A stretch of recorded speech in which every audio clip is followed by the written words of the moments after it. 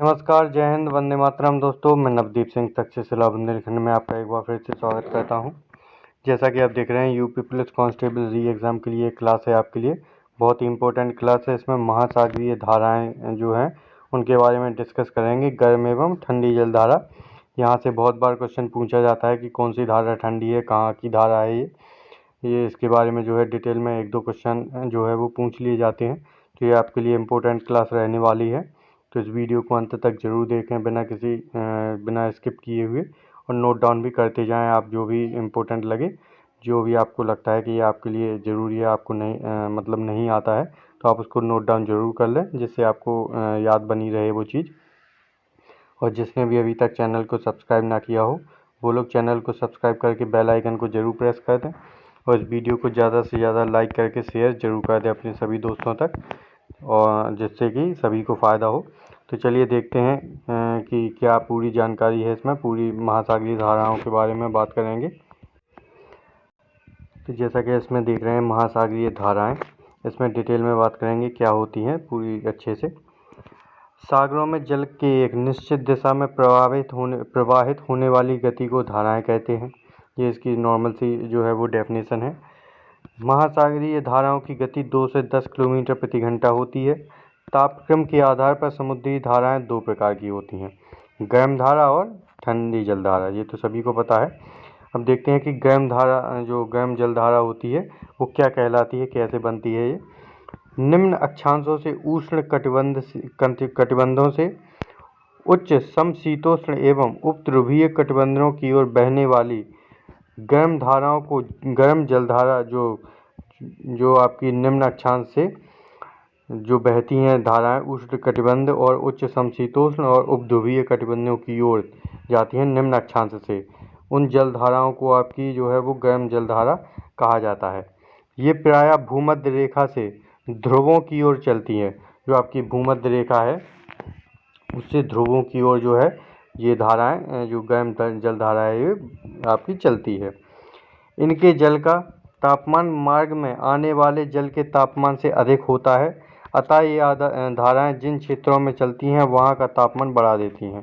तो नॉर्मल सी बात है, जब ये गर्म जलधारा बहेगी तो इसके बीच में आने वाला जो भी जल होगा उसको भी गर्म करती जाएंगी, तो उसका जो तापमान है वो अपने आप जो है वो बढ़ जाएगा। तो इसलिए इन धाराओं को क्या कहते हैं, गर्म जलधारा। और डिटेल में देखते हैं इसको। तो इसके बाद आपकी जो ठंडी जलधारा है, ये किसको कहते हैं, उच्च अक्षांशों से निम्न अक्षांशों की ओर बहने वाली जलधारा को ठंडी जलधारा कहते हैं। तो ये गर्म जलधारा के बिल्कुल विपरीत हो गई। इसमें क्या है, वो गर्म जलधारा थी निम्न अक्षांशों से चलती थी, ठंडी जलधारा आपकी उच्च अक्षांशों से निम्न अक्षांशों की ओर बहने वाली जलधारा होती है। ये प्रायः ध्रुवों से भूमध्य रेखा की ओर चलती है। ये अब उल्टा हो गया इसका, जैसा कि आपने उसमें देखा।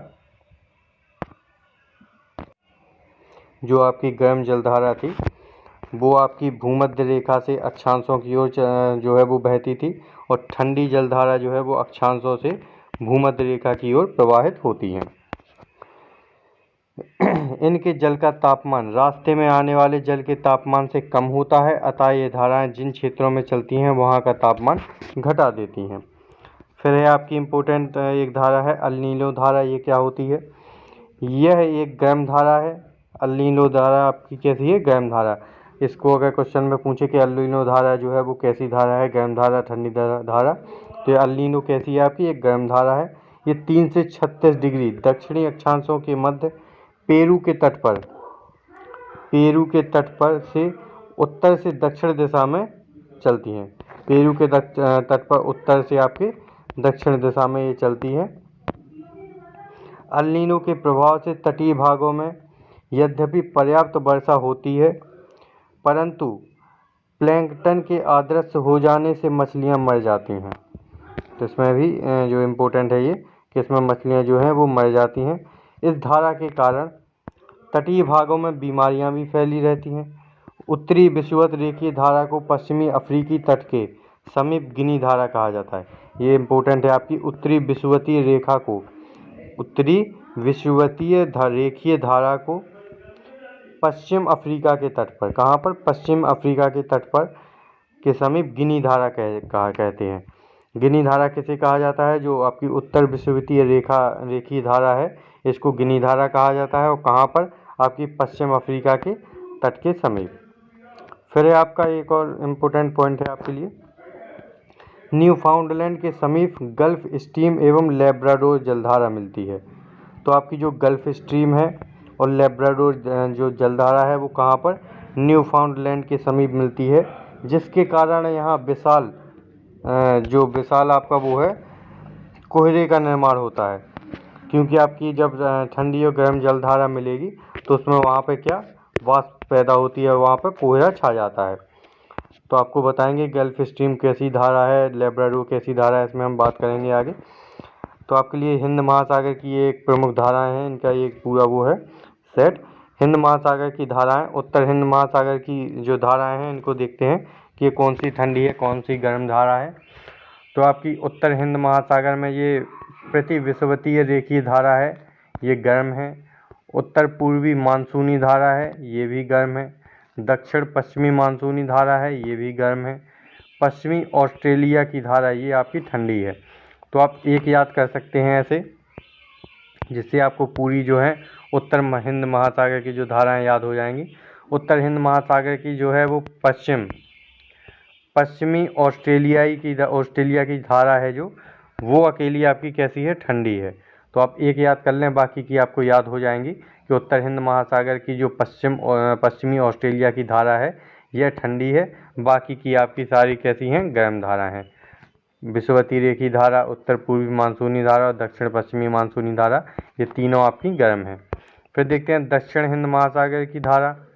तो दक्षिण हिंद महासागर में आपकी मेडागास्कर की धारा ये भी गर्म है। मोजाम्बिक की धारा ये भी गर्म है। पश्चिमी पवन प्रवाह कैसी है आपकी? ठंडी है। तो दोनों में एक एक ठंडी धारा है। उत्तर हिंद महासागर में पश्चिमी ऑस्ट्रेलिया की धारा ठंडी है और दक्षिण हिंद महासागर में पश्चिम पवन प्रवाह की धारा ये आपकी ठंडी है। तो दोनों में पश्चिमी है, ये वाली दोनों कैसी हैं आपकी?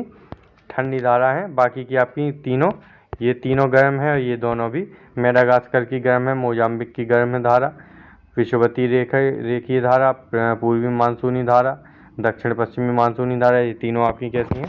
गर्म धारा है। अब इम्पोर्टेंट धाराएं हैं कुछ आपके लिए प्रशांत महासागर की, जहाँ से जो है वो बार बार क्वेश्चन पूछे जाते हैं। प्रशांत महासागर और अटलांटिक, ये आपके लिए इम्पोर्टेंट रहने वाली हैं। तो एक सरसरी निगाह में देख लेते हैं। उत्तर विषुवतीय रेखीय धारा गर्म, उत्तर प्रशांत धारा ये भी गर्म। अलास्का की धारा ये आपके लिए इम्पोर्टेंट है। अलास्का की धारा कैसी है आपकी? ये गर्म धारा है आपकी। क्यूरिसियो की धारा ये भी गर्म है। अल्यूनियन की धारा ये भी गर्म है। कैलिफोर्निया की धारा ये आपके लिए इम्पोर्टेंट रहेगी। कैलिफोर्निया की धारा ये कैसी है आपकी? ठंडी धारा है।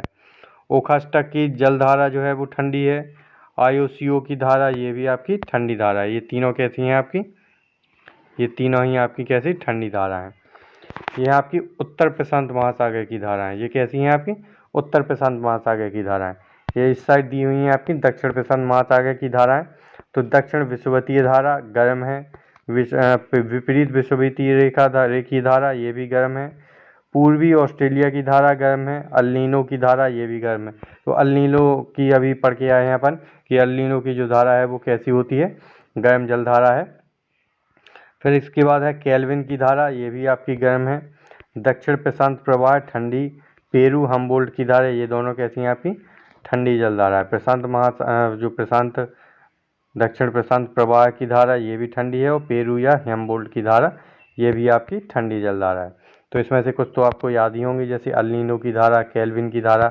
वो ये नहीं पूछते हैं कि ये धारा कहाँ की है, प्रशांत महासागर की है कि दक्षिण की। ये ठंडी और गर्म जलधारा ज़्यादातर पूछी जाती हैं। तो अल-नीनो की, केल्विन की, पूर्वी ऑस्ट्रेलिया की धारा, विपरीत विषुवतीय रेखीय धारा और दक्षिण विषुवतीय रेखीय धारा ये गर्म है आपकी। जबकि आपकी दक्षिण प्रशांत प्रवाह और पेरू या हम्बोल्ट की धारा ये दोनों ही ठंडी हैं। फिर यहाँ से सीधी आपकी जो है वो पूछा जाता है।